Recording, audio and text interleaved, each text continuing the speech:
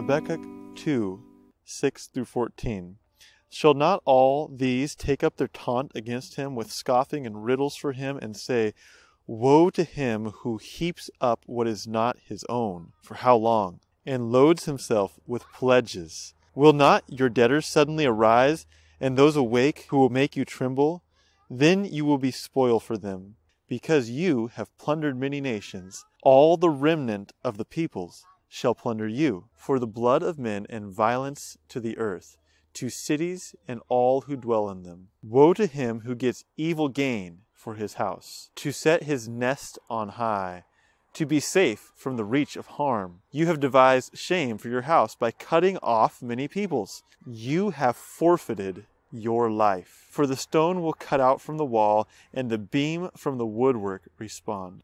Woe to him who builds a town with blood, and founds a city on iniquity. Behold, it is not from the Lord of hosts. The peoples labor merely for fire, and nations weary themselves for nothing. For the earth will be filled with the knowledge of the glory of the Lord, as the waters cover the sea.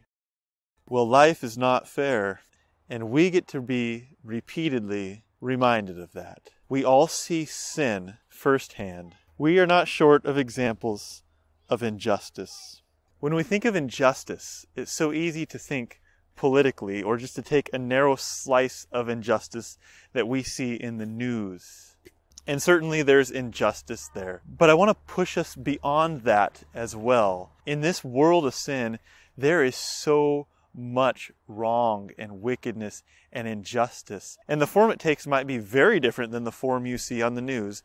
But whatever form it takes is troubling, it's painful, it brings out deep questions. And we need to have perspectives of truth that help us to process all the wrong and wickedness that we experience in this world of sin. In these few verses, there are several powerful perspectives to keep in mind as we observe the unfairness in our world. We're reminded that injustice does not pay off. Those who oppress others and cheat and gain through violence and live wickedly, they're going to be punished for it. It says in verse 10, you have forfeited your life. As we are distressed by the wicked actions we see in this life, we can know that there will be justice for the unjust. Another perspective of truth that helps us process the injustice we see is verse 13. Behold, it is not from the Lord of hosts. When we look at things that are wrong, we can know for certain that's not from God. And finally, the most hope-filled perspective is in verse 14. For the earth will be filled with the knowledge of the glory of the Lord, as the water covers the sea.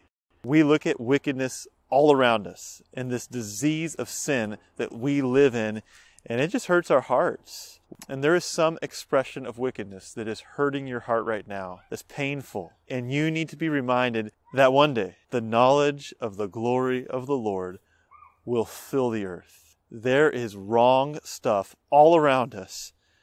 One day it'll be made right. Speak Lord is a resource of the Palmer Seventh-day Adventist Church.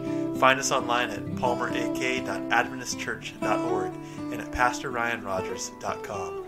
Speak Lord, your servants are listening.